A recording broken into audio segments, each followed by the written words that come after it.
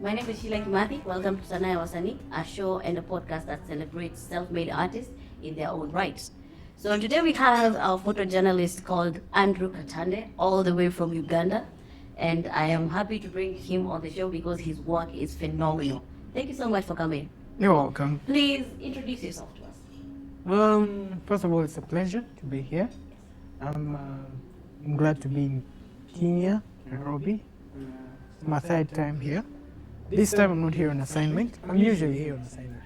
And I'm glad to be hosted on this show. I look forward to see where this discussion leads to. Oh, yeah. There's a recent assignment that you did that had this guy who's recycling lumps. Yeah. Please tell us about that. Yeah. Let's reuse. Reuse was a personal project.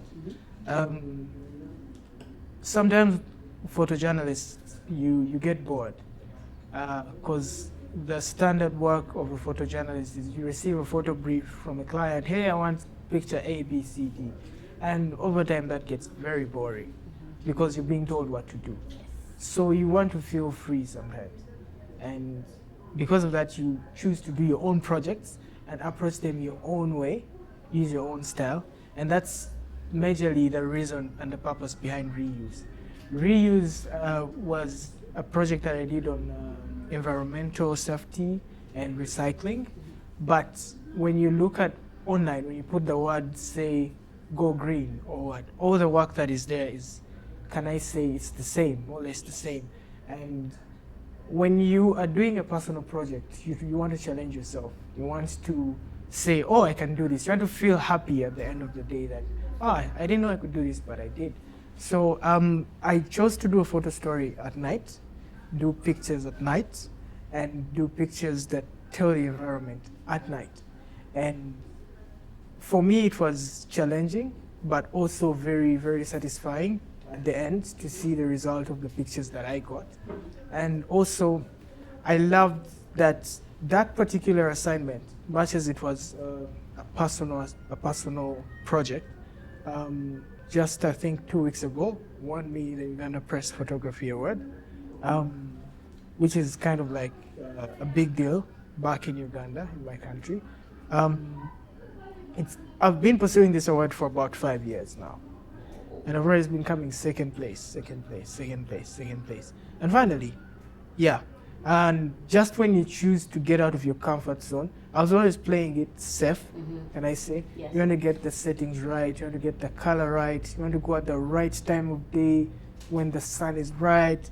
So, but I realized it's not always when you have all aspects aligned together. Sometimes you just need to look for a challenge, and you can discover your better even potential. So Reuse to date, I must say, is my most well done personal project. Oh, yeah. Well, fantastic. Because I think you answered my question because I wanted to ask you later on in the podcast. I wanted to ask you what was the most special project. Now I think Reuse is it. Every project to a creative, you have an attachment. There are projects that you do that are very emotional. I did a project on labor repatriation in Kampala, where in our country or East Africa, I don't know about Kenya, you find that there's a lot of people that are unemployed that end up going to work abroad, to work in Dubai and stuff, and most of them are usually mistreated and stuff. So it was like a big deal in my country, and I did that project. That project was the most emotional for me because I was documenting a relative who was suffering, battling with mental health, and they could not tell us what had happened. So she went and came back? Yeah, she went. She was there for about 4 years. Oh my God. And then came back, and she was totally different. You know, you can tell someone is with you, but they're not with you. They're not there. Yeah, so I decided to document her life, basically to see the aftermath of what happens. You know, people always hear the good stories. Yeah. He went to the US, he's back, he built a mansion, blah. Nobody talks about the stories that don't go that well. So that's what I wanted to focus on. Most emotional was that one, but I think most well done in terms of creative capability, in terms of presentation, And also because it has come at a point where my career is grown. All the projects that I've done have been when I'm in the transition. But now I can say I think I have clarity on how to approach my projects. I kind of like have reached a point of self-discovery. I know my strengths and I play to those strengths. So I think I think I have better projects coming, but this is the first project that I've done where I'm actually self-aware about my strengths. Oh, wow, that is such a strong statement. Oh, really? Yes, it is, it is. Because, when you start as an artist, you really don't know what you're getting into. Yeah. And then you don't know how taxing it is mentally to do what we do. So before we go to the next step, kindly, I would like us to celebrate your award by having some time. Yes, bro. I will want you to I will want you to give me something, to give me feedback after you have the first shot. Okay? Wait for me so that we can celebrate you. Okay. Okay. Cheers. Thank you so much. Call me. You're free to drink my water down there. Woo. Wait. Man. Looks like you have this. Yeah? Have some water. Have some water. Oh, This one is not my home. it is not. You're just here to tell stories. And to us. Right? Now, let me take you back. How did you begin as a photojournalist? When did you begin? When did you decide that this is what I want to do? It was a journey. Please take us through it. But long story short, it was for the money. Okay. Then I can now tell you the longer version of it. I did not study photography. I've never studied photography. But I studied procurement and logistics Oh. from the Uganda Christian University. I passed highly. And then I get into employment because family is always telling you, oh, get your life in check, get an office job. So I worked a couple of jobs with 3 companies in Uganda. But, creatives, I think I've always been a creative because creatives are free birds. We don't like being bossed around. And for me, that was the worst thing about being employed, was you got to wake up at 7, to be there at time, yelling at you, deadlines, and you're like in a cage. Yes. And then also the idea of working for, say, $300 for 30 days. That is ridiculous. For 12 months. And that is not going to change. Sitting on the same desk, Exactly. doing the same thing. I didn't see progress in my life. I felt like I was caged. I was earning, yes, the highest salary I earned was about $300. That's about 1.2 Ugandan Shillings. million shillings. Oh, wow. 1.2 million. 1.2 million or so. That's like $300. Yes. Yeah. And you can easily be fooled by the suits and the AC and the tag, but there's really no progress. You're not happy. Your life is just wake up, go, work, come back, repeat. And then there was a friend of my mom's who started up a project to help youths in Uganda, because at that time unemployment was really high. And they started a project called Camera in the Smiling Sun. Camera? It's called Camera in the Smiling Sun. Oh, Well, how this project works, Camera in the Smiling Sun. Oh, nice. How this project works was that youths take pictures in slums and whatever. They give you a theme. You take those pictures, and then you send them to the Netherlands and sell them as postcards. Okay. Yeah. And then if a postcard is sold for $10, the project takes $2 and $8 come back to the photographer. Okay. I wasn't one of the photographers. I was the project coordinator. So I was basically getting the pictures from the photographers, entering metadata into them and sending them to the Netherlands. And then I realized these kids were making a shitload of money. I was like, no, it doesn't make sense, Because someone would probably sell up to about 40 or 50 pictures times €8. That's a lot of money. That is a lot of money. You get 8 euros times 40. Yes. And then when you convert to shillings, guys are earning 3 million. And they're just taking. One pictures. Yeah. A couple of pictures and moving on. I'm like, okay, I'm going to start taking pictures as well. So I joined, I started coordinating the project while I was a part of the project.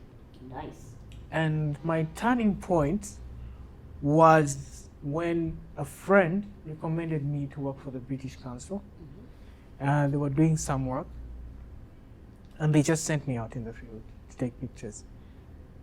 And for about 2 days of work, they paid me, I think, $1,300. I was like, wait. You might just have gotten into a jackpot, right? And at that point, I was doing the project Freelance, while at that point I was working with a company called Fresh Handling. It's at Entebbe Airport. They export fresh products. And I was still earning my $300. So someone calls you for 2 days, you ask for 2 days off at work, and at the end of the 2 days, you have your 3 months salary. I was like, okay, this is not my thing. I didn't resign, I didn't notify, I just left. You just woke up and left. And left. And then there was like fireworks from family. How do you leave a job at the airport? What did you study for? You know, all that kind of drama. But I was firm because I knew I was taking the right decision. It was hard because, you know, you get one high-paying client and then you spend like 4 months in getting. Yeah, it's dry as dry as time. hell. It's dry as the desert. And then I struggled with that for a while. But through that struggle, it kind of like crafted me to become like the kind of creative that I am today through imitation. You know, and this is what I always tell young creatives is that you imitate, you start by imitating. You improve, then you implement. So you imitate someone. Yes. Like if I want to be like Osborne Machara, I'll imitate what he does. Yes. Then I'll improve it. Yes. Then I'll implement then you the get- improved version. Exactly. Then you get your own angle now. Exactly. So I started looking out for photographers who are doing the work that I was doing, that I wanted to do. And that's when I got to know about the Uganda Press organization.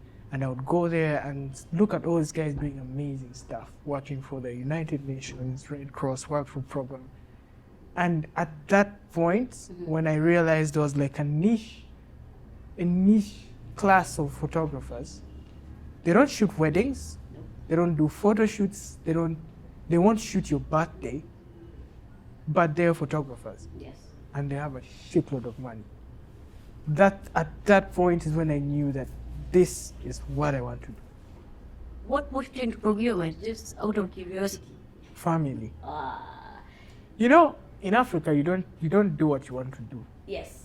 You Yes. do what society wants. People like us we've really gone through it, haven't we?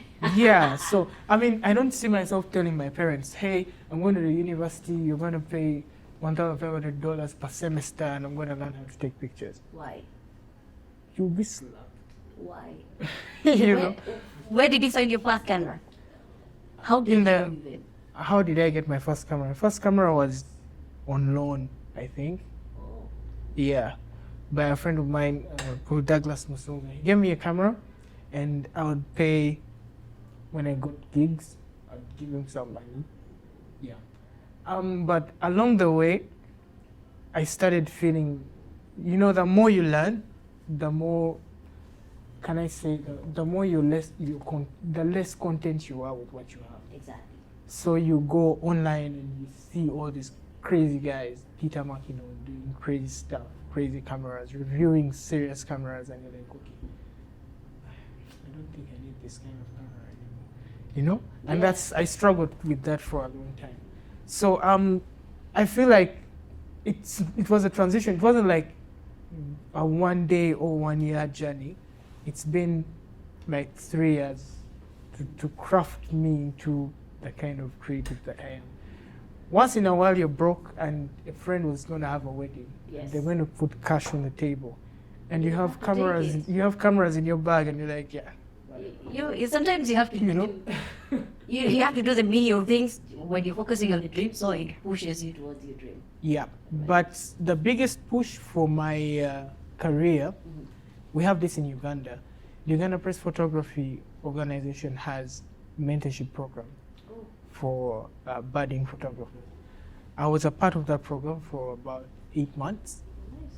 and it was very intimidating, very annoying, but Why? also because you need to unlearn what you think you know. Uh-huh. In your early stages of your career, you're very naive. You think you know it all because you watched a bunch of YouTube videos and you don't want to be told what to do. Yes. So here you are in a mentorship with guys who've been doing this 20 years, and they're telling you what you know is wrong, and you're like, bro, Peter McKinnon says this on YouTube, and it's like, dude, I've been doing this 30 years. Listen to me, you know. And that mentorship program kind of changed me mentally. It was like a brainwash. Okay. Yeah. And then after the mentorship is when I actually thought about going into study. And then I enrolled into what they call the Foundry Fellowship. It was in Kigali at that time.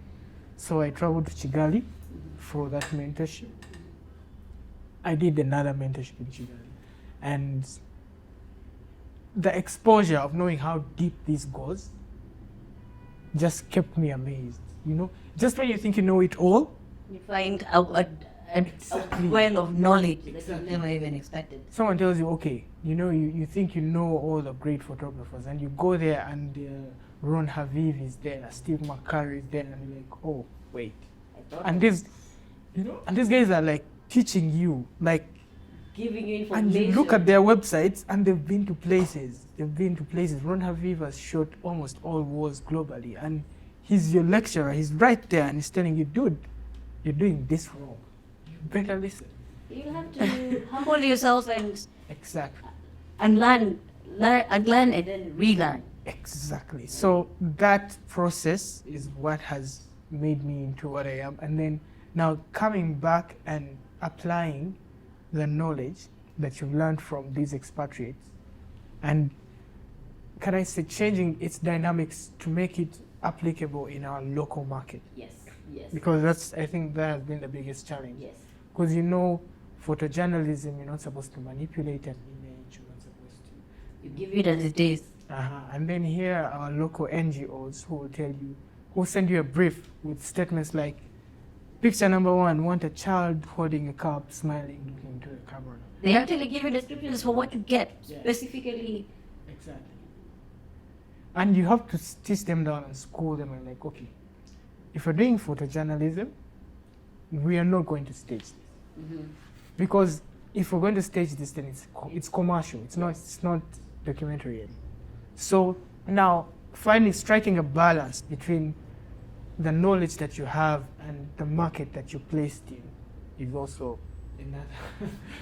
So how did you get, or you've explained how you got into your first job at the British Council, and then after that I'm sure you got referrals, or how did you get into, because now I see your main client is the other NGOs, Yeah. right? Yeah. Your main clientele is the NGO. Yeah. So how did you get those gigs? How did they get to you? Now, I feel like I always tell people my life was never a mistake. I studied procurement and logistics, and in a bigger part of procurement is proposal. You know, procurement is the one that always takes service providers. Yes. So I understand how that department works properly. I studied it, I worked in it, so I know the kinds of proposals they're looking for. I know the dynamics of procurement. Oh, nice. So in my country, 90% of the photographers we have hate the procurement process.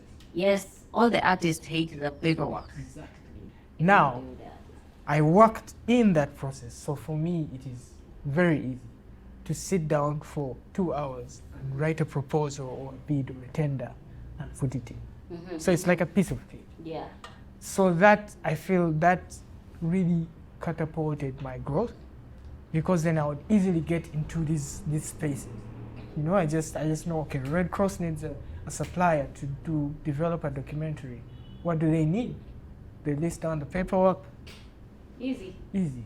Do it, put it in, and talk to the right person in there, of course.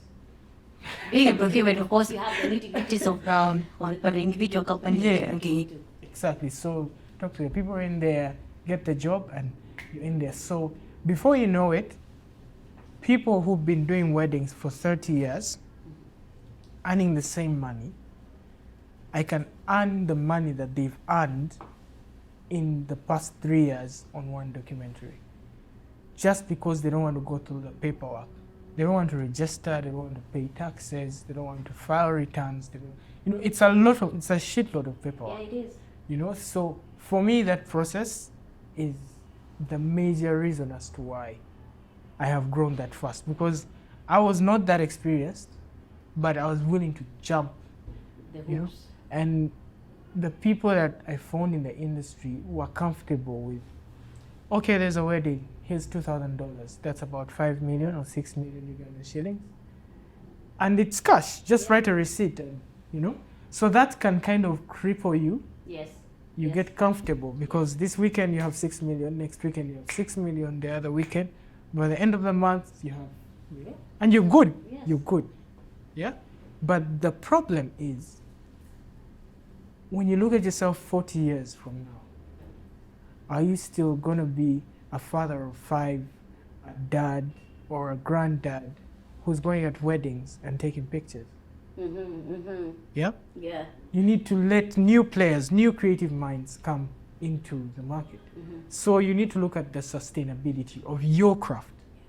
And I'm comfortable with documentary because when I sign a framework contract with, say, Compassion International, I'm safe for the next 4 years. What's the highest payment you've gotten from a wedding? Highest payment I've gotten from a wedding is about 16 million Ugandan shillings. That's about $5,000. Okay, it's not bad. That's some good cash. It's good cash, but How many it people? happens once. People get married once. True. True. Yes. So you're never going to see these people again. So that means you got in the market, you've used up the market, now you have to look for more market. And I hate that repeat cycle. Uh-huh. You understand? Yes. I want to get an NGO, sign a contract with them, and be comfortable and sleep and know I have Compassion, Red Cross, USAID, and UNDP as my clients for the next 4 years. You can rest. I'm okay. You're okay for the next. I don't want to 5 do a years. wedding this Sunday, and starting Monday I'm like, okay, I need to look for another. I need to look for another client.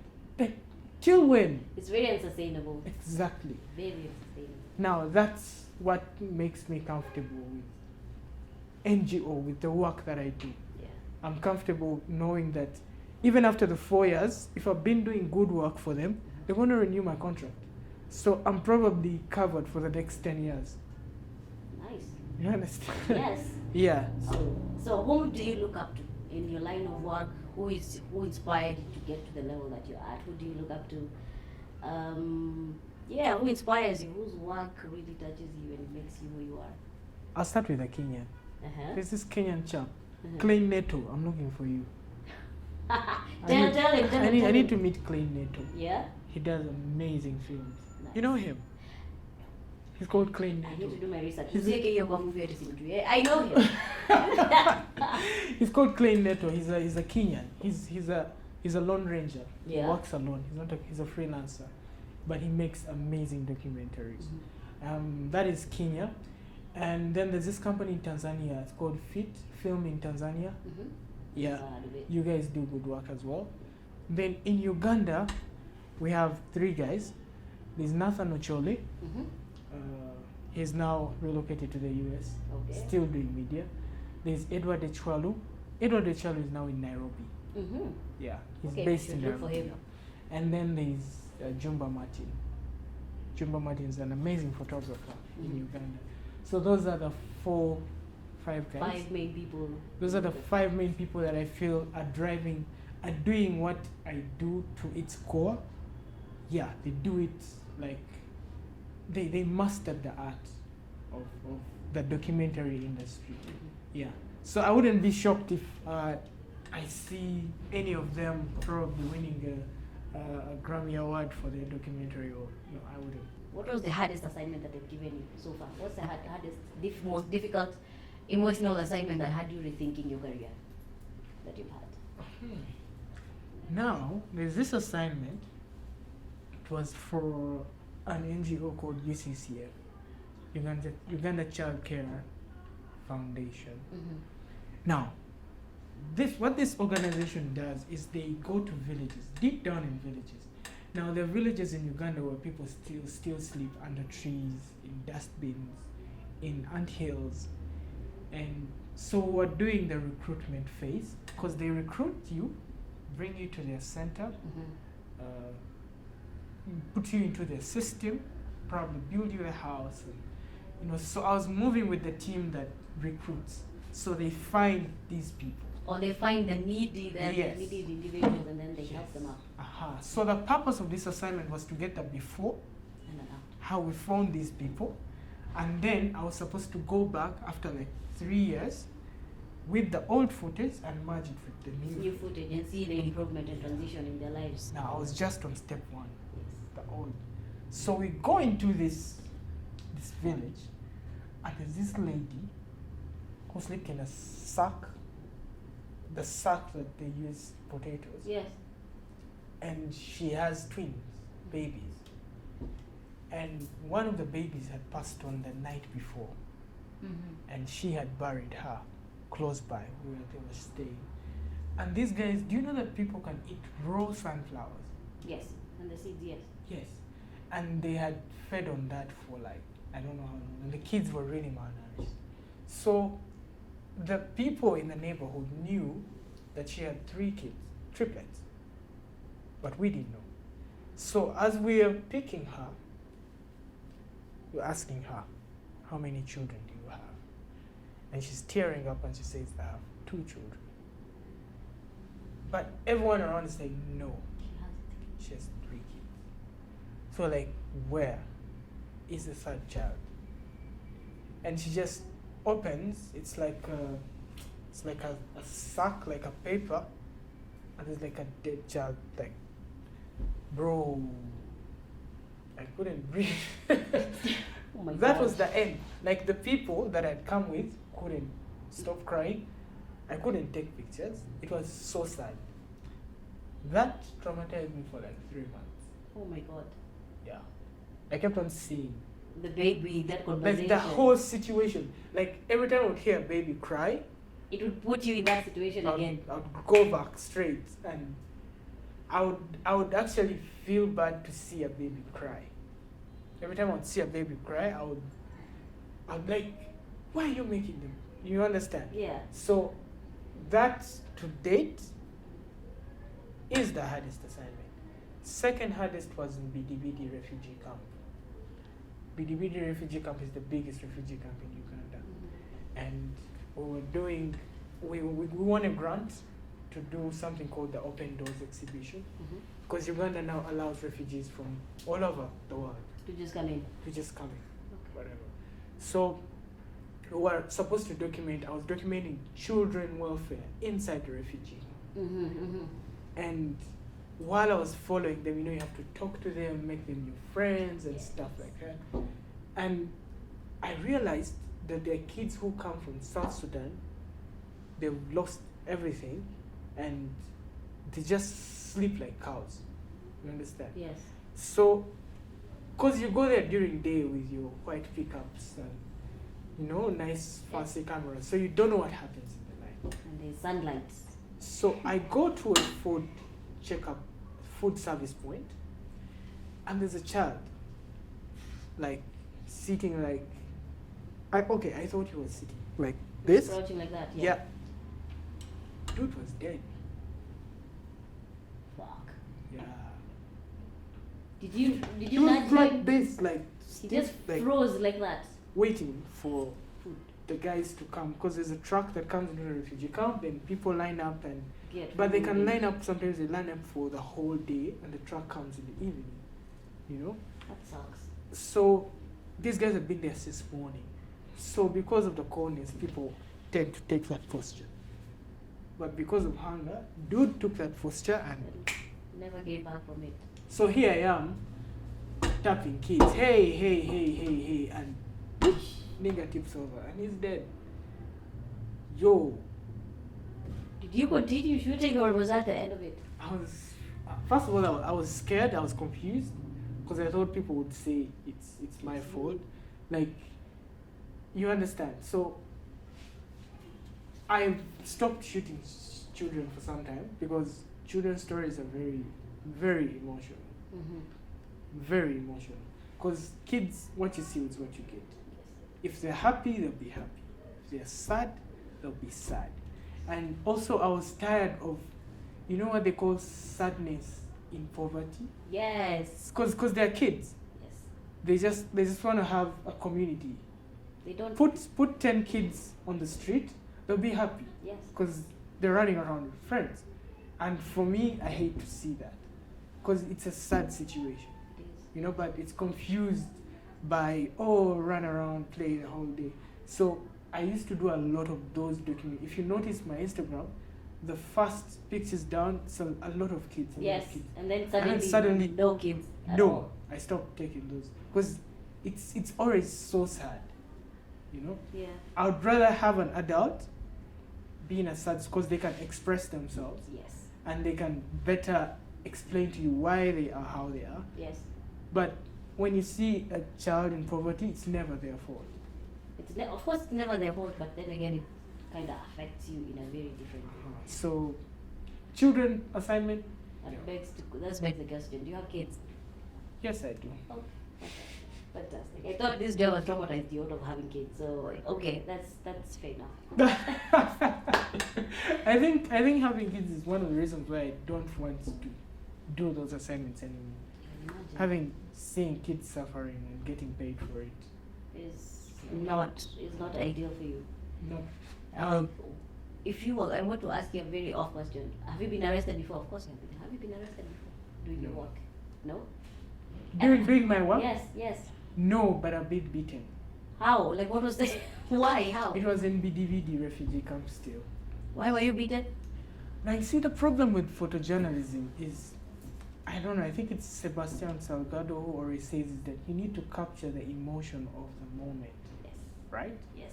So there was this one time a lady had lost someone who was shooting at the health center in the refugee camp. And that day I really wanted emotion. I was trying to get that sadness, that I wanted someone to look at my pictures and know that it's not funny to be in a refugee camp. Yes.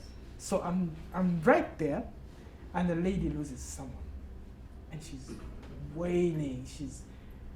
And I thought about it for quite some time, and I was like, you know what? Let me go and take this picture. And I pull out my camera and go squat right in front of her. I took the first one, and she continued crying, you know. I was like, okay, maybe I'll just get a better angle. You can risk it some more. So I move 2 steps and go lower. Bro, some guy just came out of nowhere and kicked me. Like, he was speaking South Sudanese, like, but from what he was saying, it's like, what the hell are you doing? What the hell? Like, we is just wrong with lost you? someone and Yeah. taking pictures. Like, I could understand where he was coming from. Yeah. So the first guy comes, second guy comes, this guy is pushing you, this guy is kicking you, this guy is, and it went on for quite a while. And some guy broke the lens and guys. You were by yourself? Yeah, Okay. because you can't get into emotional spaces with a group. True. Because otherwise people will start frowning and crouching, Yeah, and getting holding uncomfortable. Back, yes. So you need to be as subtle as possible. So you get there, they notice you, but they don't mind your presence. Yeah, so that's what I was doing. And man, I got a beating of a lifetime. Yeah. Who saved but, you from the mob justice? the doctors. The doctors came out, and because there was like a huge scuffle. Yeah.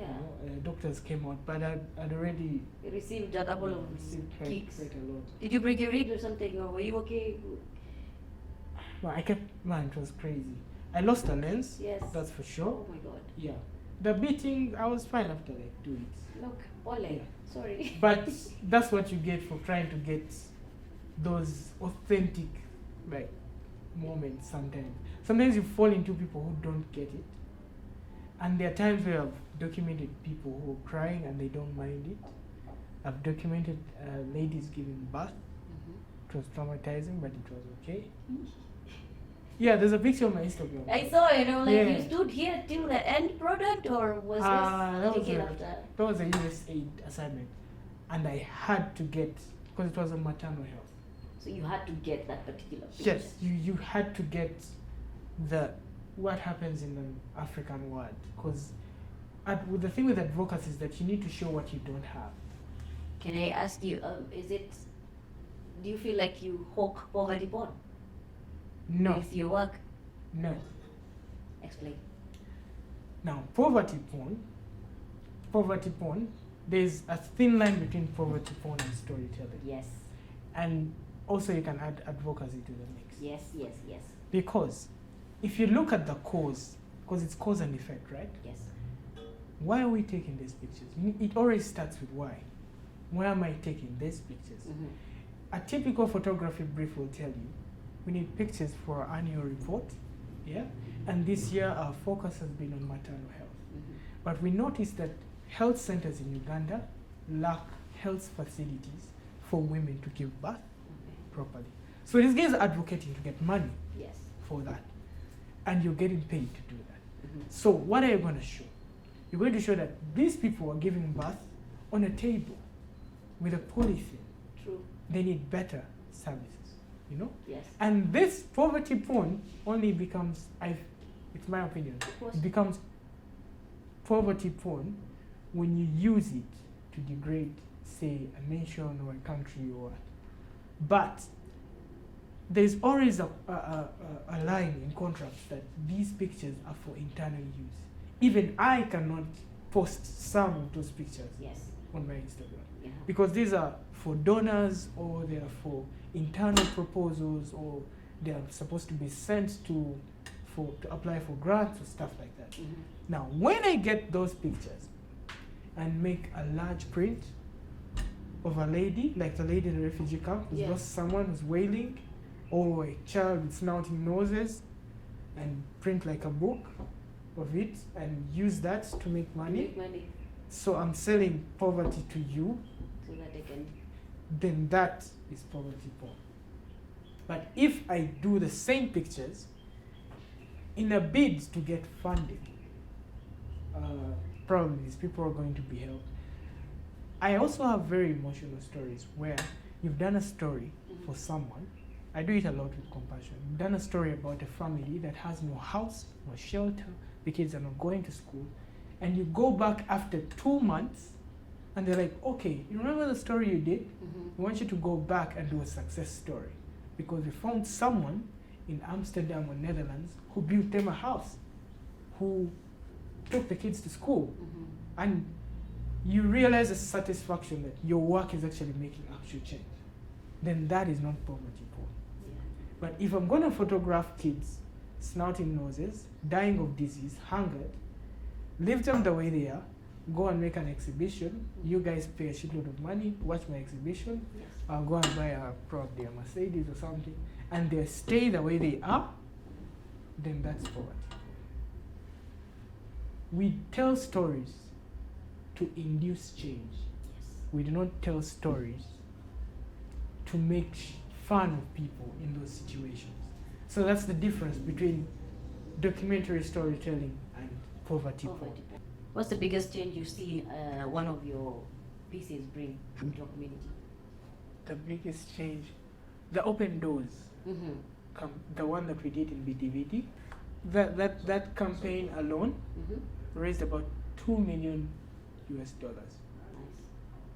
Just pictures, you know, and that goes to show you the impact of the work that we do. Mm-hmm. Of course, this was a British Council thing, and they made sure that they give it a lot of visibility, and this money went back into the refugee camp to help these people. So it's always fulfilling to be a small part of a large, huge process or something. Yeah.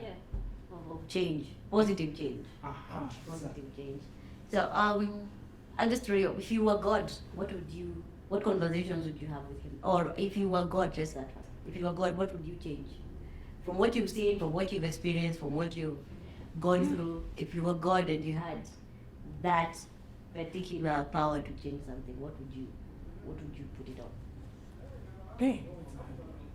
I don't think it was you. You've seen it all, so I'm sure you have one specific one. In terms of my career. In terms of your career. What if I had like a magic wand to change something? Yeah. Maybe in your personal life. I don't know. Like if you were God, what would you do? I feel like the one wish that always comes my way every time I go to those assignments with NGOs is I have just one question. You know, because as a photojournalist, you get to live so many different lives. Yes. You know, then you come back to Kampala and you see these guys living a lavish life. You know, you can blow money anyhow. And when you've just come back from assignment, you try to desist from that. Yes. But then, force of habit, you go back to your standard expenditure. You know, start having meals. You know, fine dining. Extravagance. Yeah. But when you're there in the moment, you're like, shit, these guys just need like $2 a day. You know? Yeah. And it's little money. Yes. In the moment. But then you come back and then you realize, oh, you can blow even $1,000 in a night in a bar. Yeah. And you find it. So for me, one thing that I hate and one thing that I would ask God to do, there has to be a minimum level of poverty below which a human being can't go. There has to be a baseline of poverty. Yeah, You can't go beyond like this. you can't lack shelter, you can't lack food. Be poor, all you want, lack clothes, whatever. Yeah. But there's a threshold of Yeah. poverty can't just go under. You need to have shelter, you need to have food, you need to have water. Basic needs. Simple. And just exist. But you meet people, no shelter, no food, no water, no hope. On top of that, That's the worst thing. that's the worst thing. You get? Yeah. Yeah, but sometimes, and then you move from those, and then you find other people, they are poor, yes, but they have a small, decent house, and a bit of livestock, and a bit, yeah, they're poor, but, yeah, okay. You know? Yes. So for me, I would ask God for a threshold of poverty, like below which a human being can't go. Yeah. Oh, okay, cool. What do you think about you? I'm sure you know about Joseph Kony. Yeah. That's a very old story. Yes, it is. It is. How old were you when you heard about it and when there was a Twitter campaign of arresting him? What is called digitally. We were supposed to do. When they put like a ransom on his Yeah, so wasn't that probably like 3 years ago, a year ago or something? It was like 5 years ago, was it? It was. It's recent. It's recent. Recent. Why When have they you, said he's in Congo, Yes. blah, blah, blah. have you tried to cover any more stories about that? Have you tried to cover any stories on him or anyone his power has affected? No, unfortunately not. But I have covered this. I've done a few stories on disability in Gulu. Gulu, the region which was more worked on by Joseph Kony, Yes. and it's unimaginable to see 10 years later or 15 years later the people that have been affected, that were affected. I mean, you have people whose arms were amputated. I was covering a school of the disabled, and you'd hear a lot of stories, you know. Oh, I was a baby. Like, why would you amputate a baby? So most of them were amputated or made disabled. They were disabled by the Kony soldiers in his. Some, you find people in the school who will tell you. You find people with cuttings and bruises. You find people whose eyes were, you know, Poked out. yeah, because there's like a school of the disabled. Yes. Of course, there are those who are born like that, Yes. but there are always those stories.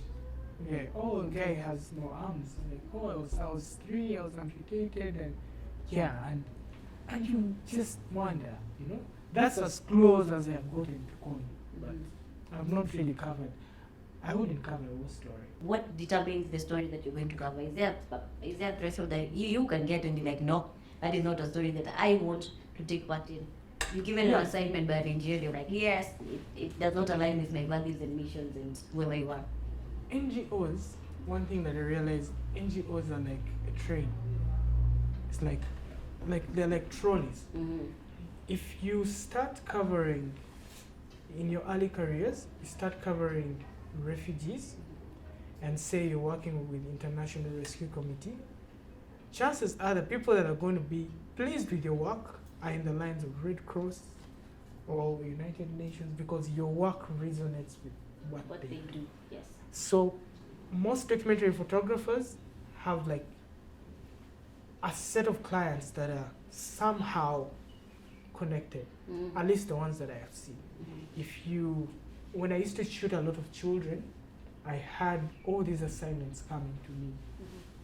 Hey, we have children here, we're sponsoring kids here, because usually they see the Instagram where, oh, these are beautiful pictures.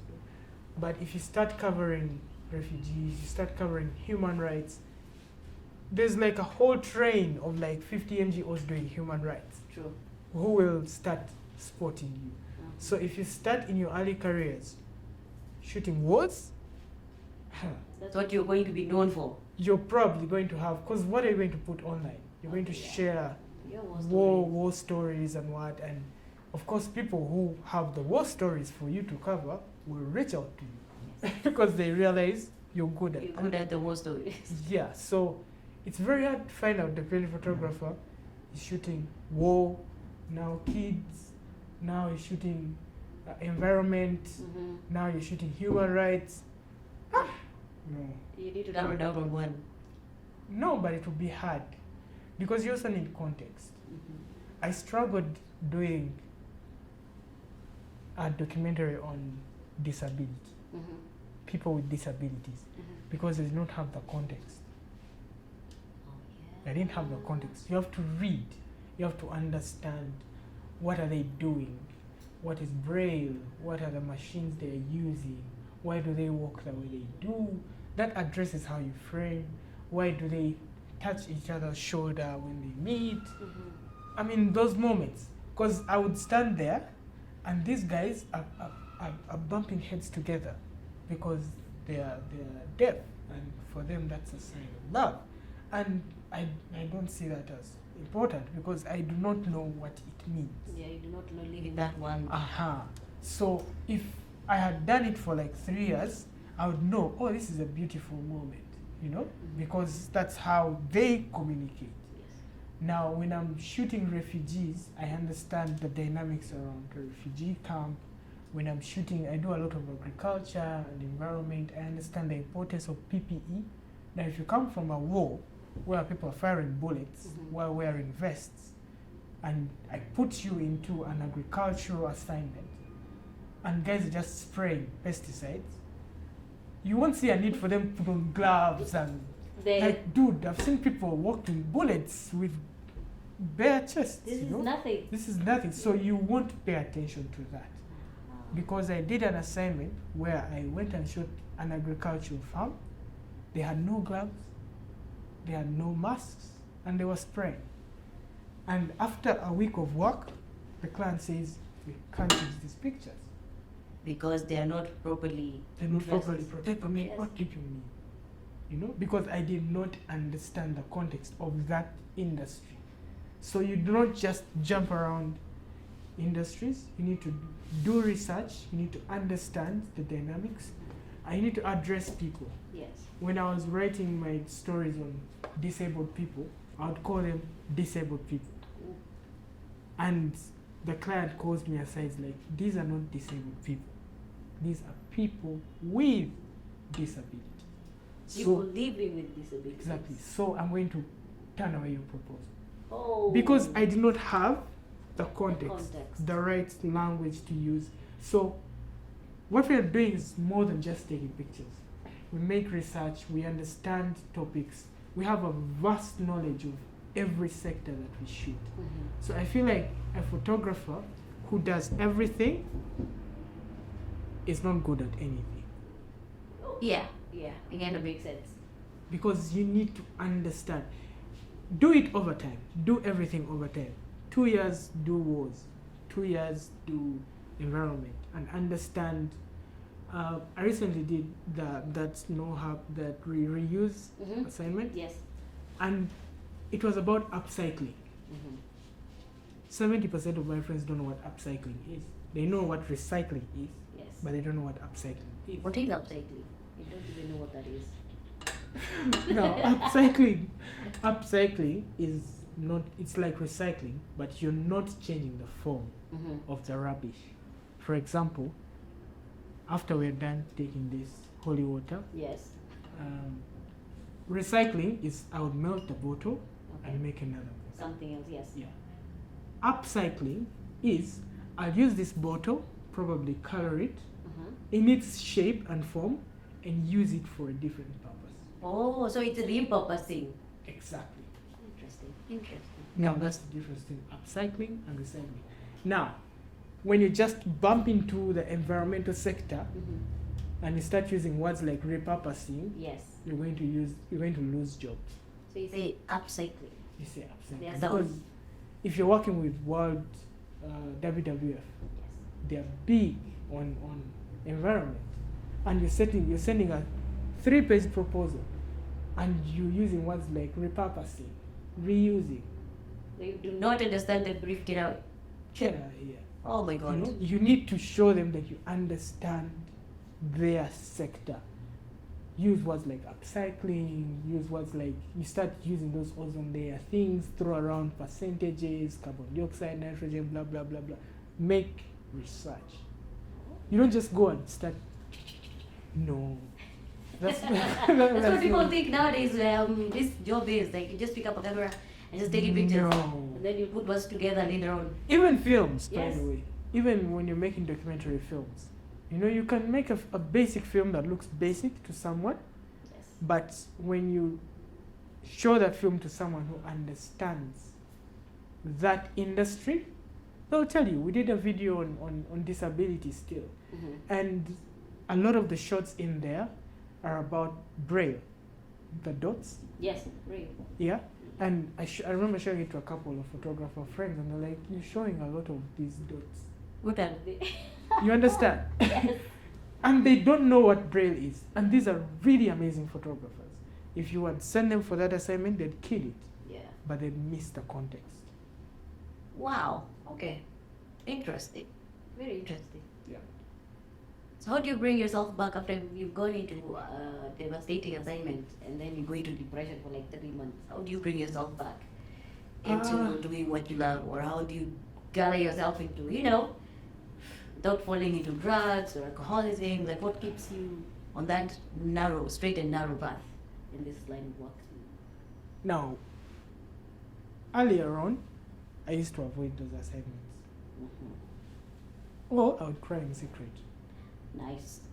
Where did you hide? on assignment. It's very easy, because you're holding a camera here and you're like tearing, so you just have a hanky, and, Oh. Yeah. But now, what I do is I focus on the technicalities of the assignment. I create a mood board of the kinds of pictures that I want, Yeah. and I keep my head in the game. You know the end game, what you're supposed to get. Yes, I keep my head. I don't get attached. Sometimes I would move with money, and then you go visit this home, and you're documenting them for the whole day. Hey, repeat that. When you bring documentary. Yes, Four carry the times. pot again. Hey, take 2. Yeah. And these people are not doing well off, and start giving up money. You come back from the field, you're broke. Yeah. Because you're feeling pity for everyone. Yes. You feel me? You Yes. understand? Yeah, but now I don't care. Not that I don't care about them, but I feel like I'm more professional than emotional. You're not feeling guilty about what you do anymore. Yeah. How did you stop yourself from feeling guilty, from being more successful than the people you're shooting, or trying to help the people in the situation, in the refugee situation, or in a poverty-stricken situation? How did you talk yourself out of the guilt that comes when you're shooting them? It was Chigali, Aha. the foundry workshop. when I met this Ron Haviv. Ron Haviv was documented wars in Afghanistan. He covered the war in Iraq. And also, I read a book by Lindsay Adario. There's a lady called Lindsay Adario. And she wrote a book about war photography. You need to look for it. I've forgotten the title, but it's called Lindsay Adario. We need to look for it. Now, I realized these guys get a shitload of money for it.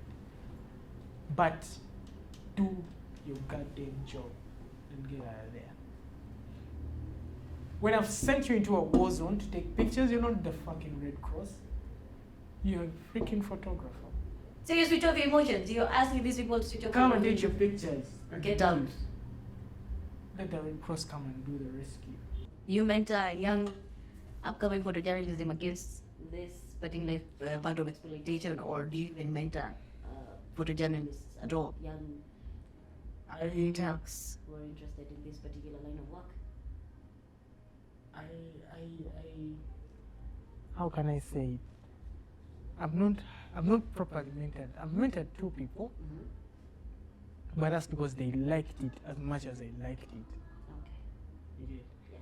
The problem with mentorship is that people will see you travel, win awards, make money, and then they come and they think that next week they're going to be you.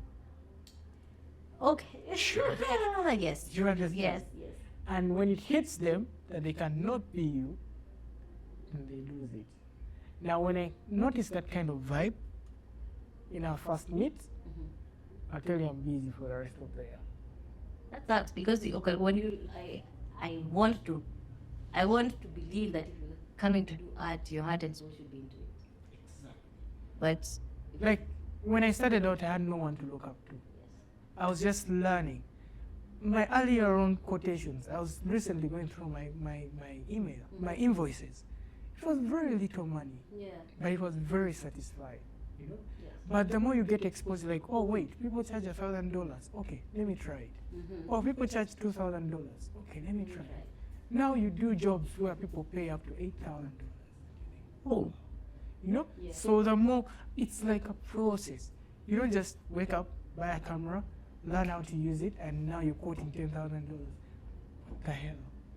You have to have that learning curve. You need to understand, and this is what I tell all the people I mentor. A good photographer is more than his camera.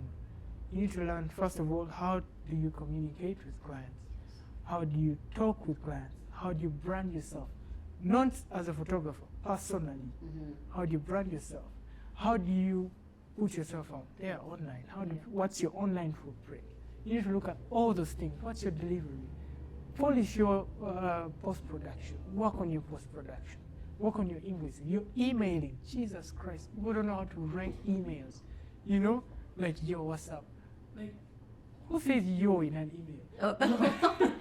The worst thing I received was, yo, what's up? Check out my CV. And I'm like, Exactly. Yo, what's up? I mean, you understand. Yeah. Someone sends you an email and you respond like it's a WhatsApp text. yes. Like, hey, please find attached the documents. Also attached my invoice. Thanks. Like, dude, write a proper email. You understand? Yes. And client has asked for a quote. You can't even write stuff. You can't even make a body. You don't even have time to create a proper body. Here is your quote. Attach. Send. Dude, you understand? And there was no prior conversation. There was nothing. All the money you make goes into your mouth. Yes. You can't invest in a website. You cannot invest in a professional email address with your name. You cannot buy Google storage. You're using free WeTransfer. Buy Google Drive storage for crying out. It's like $8 or something a month. It's a lot of money. Way. Clients are paying you way more than that. Yeah, you need to invest in yourself as well. Exactly. So all those things are what make a good photographer. The pictures are just like 5%. But behind that, and I always tell people, with documentary, getting the job is 60% of the job. Yes. And then 40% is You'll be getting out of the deliver the job. Yeah, going and snapping one in the field with giraffes. Like Clayneto snaps a lot Giraffes. with giraffes when he's on assignment. But yeah, but he did, the hardest part is the whole proposal, word, planning, blah, blah, blah, blah, blah, voting, the back and forth. You can do a back and forth with the client for 6 months before you go to the field, True. you know? Yeah. But people think you just wake up, do good work, and tomorrow, boom, You've made it. you're flying to Ethiopia. Yes. To You show know what the is unfair. The Tigray army and how they're fighting. You know, it doesn't work like that. Wow. All right, I have one more question for you. What is success to you? Are you successful in your line of work? Do you feel like you've gotten to the point where you can say, I am a successful photojournalist? Photojournalist. Why? Why? What is success to you? How would you describe it? How would you describe that you have gotten to the point where you are successful? I don't think there's such a point. I don't think there's such a point because for me, I feel like the beauty. I was explaining this to someone recently, and they put it out so well.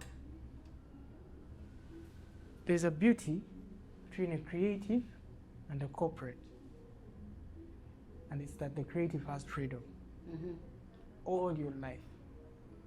So it's like your life is a never-ending party, you know? Yes. But with stability. You understand?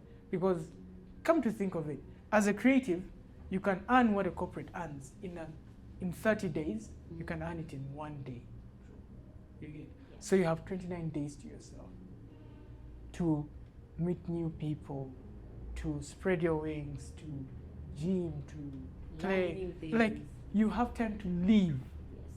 and not have to ever look over your shoulder and worry about, well, where the next meal is going to come from.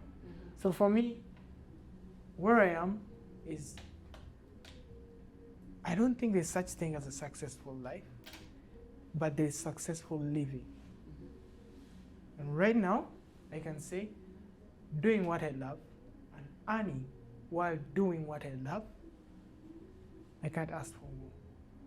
Yeah, like for me, even if God forbid I died, say next year, I'm happy. What is your worst mode of transportation that you've gotten in these assignments of yours? The worst mode of transportation Yes. is canoe. Why? Tell us more. You don't want it to rain when you're in a canoe. Oh God. Yeah. Where was this? I was heading to, there is an island called Samuka. Yes, Samuka.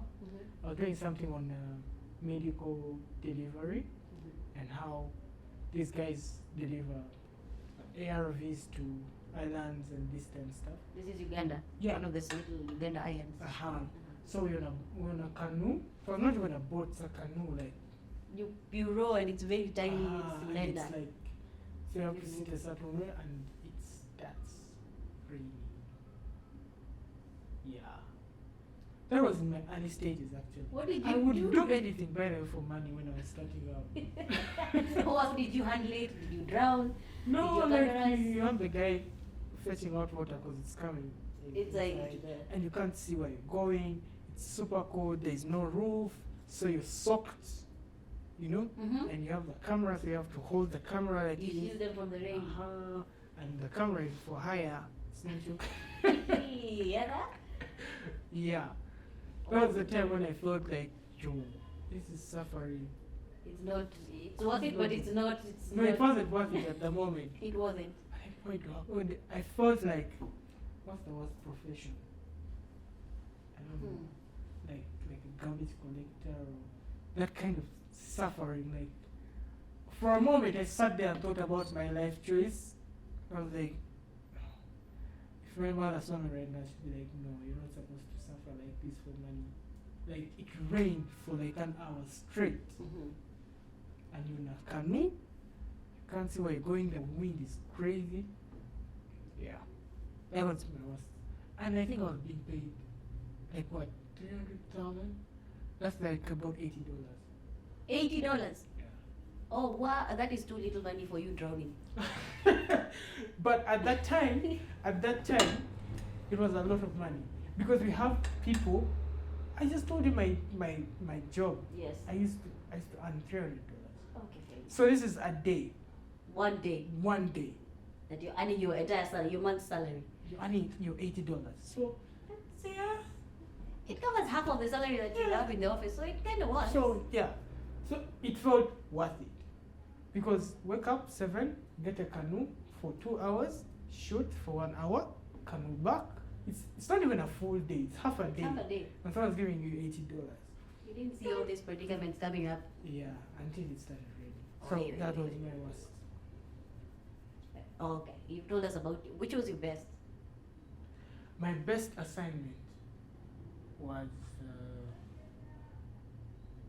I think it was the easiest assignment actually. My best assignment was to take one picture What? for, I think it was $1,400. Nice. What were you taking? What kind of picture was it? It was a politician. Uh-huh. Yeah. And I had to go to his office and take That one picture. Yeah. So he was just sitting like this and you just put a camera in front of him and get it Yeah. for 1,400. And I was just chilling like this, and the phone comes like, hey Andy, how are you? What's up? Yeah, long time from one of my NGO clients. Mm-hmm. So I'm trying to sponsor one of my friends. He's running for MP. I want you to rush by his office right now Take a good picture. and take a good picture. Yeah, I'm gonna send you some money. And I think the guy had just so much money. And the guy sends me 4 million straight. Wow. Mobile money. Yeah. And you jumped into the next border house. Yes. I get a border, go to the office, and because I feel like the money was a lot, I take like lights and just try to make it Make it glamorous. like worth it. And I get there and tell like, what's this shit? Like, Take your it's picture. too much, it's too much, it's too much. I need to work like chop chop. And it was like 3 minutes. Like, down, down. You want me to stand up? Ah, no, I think those will do. Let me see. You think, yeah, perfect, good day. Do you carry your lights into your assignments or this one in particular? This particular one. But the rest of you use natural light. Yeah, most of them. Hmm. Yeah. And then I was out of there in like 5 minutes, and for a second I stood out and I was like, That was it. yeah. That was, I think that's the easiest money I've ever made. Nice. So how long? What do you see for yourself in the future? What do I see for myself in the future? What can you expect? What can we expect to see from you? I feel like every documentary photographer needs to grow through the ranks. And we see growth in a documentary photographer first by the content, the quality of their work, the quality of the stories they tell, but also the quality of your clients. Very important. It doesn't make sense for you to improve the quality of the work, the quality of everything, and you're serving the same client. True.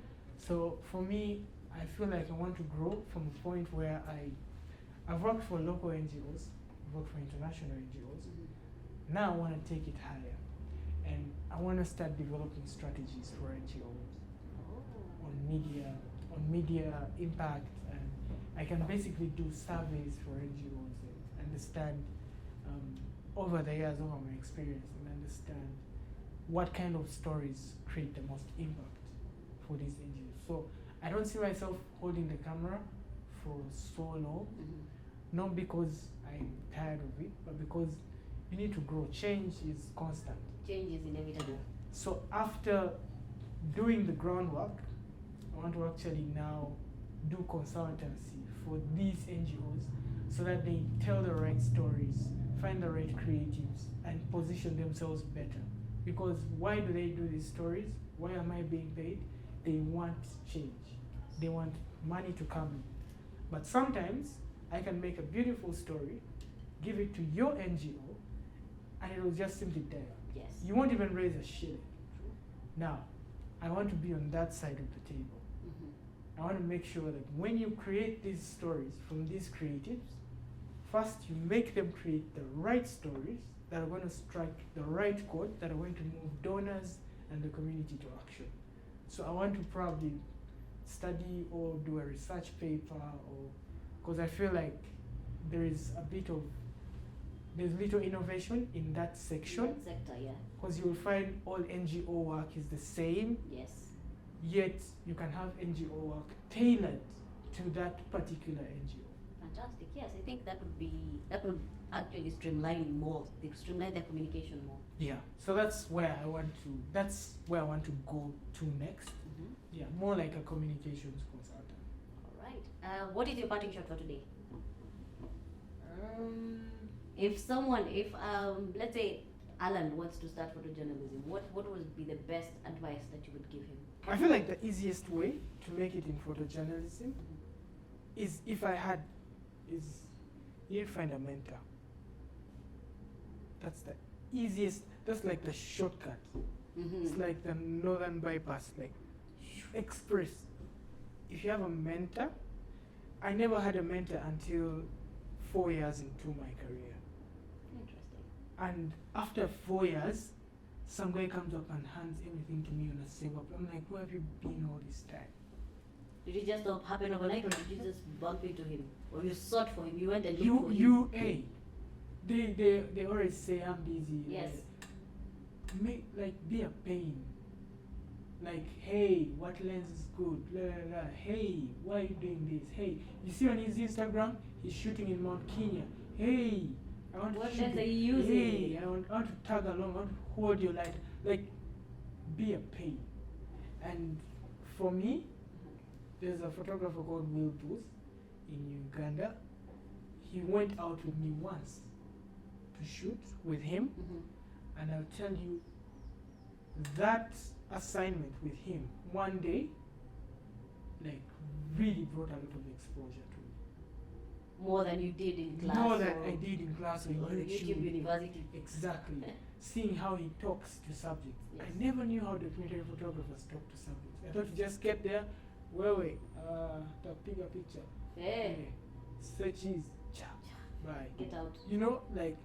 But he creates rapport with these people, makes them feel comfortable, makes them, and he would tell you, when I'm going to the field, I take off my watch.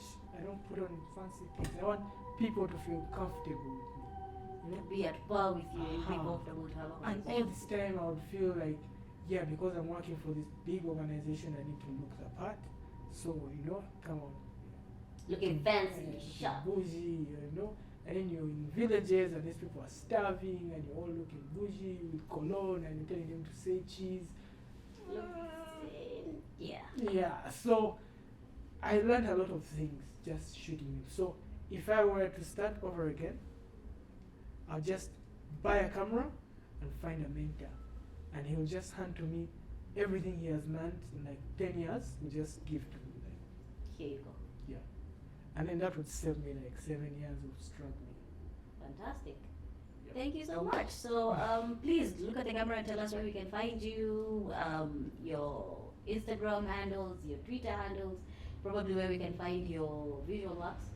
Oh, You yeah. have a website as well. Yeah. Yeah, please tell us where we can find you and how photojournalists can find you in Kenya and Uganda. Yeah, my name is Andrew Kartende. I'm a freelance documentary photographer based in Kampala, Uganda. Yeah, you can get me on Instagram at Kartende, Kartende, and Twitter, no Facebook. Yeah.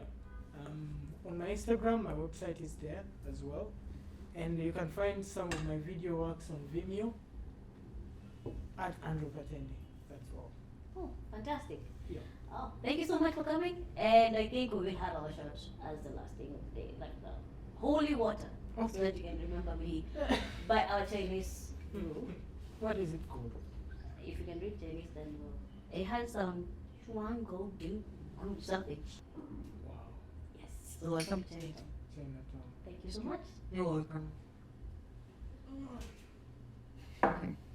Oh, ladies and gentlemen, this has been our show. Thank you for joining us at Sanaa ya Wasanii. This has been Andrew Kartende, our famous, famous photojournalist, and I hope you've gotten some gems from him. Thank you so much. This is a podcast that highlights self-made artists in their own right. Thank you so much for joining us today. And yeah, here's to holy water. Thank you. Yes.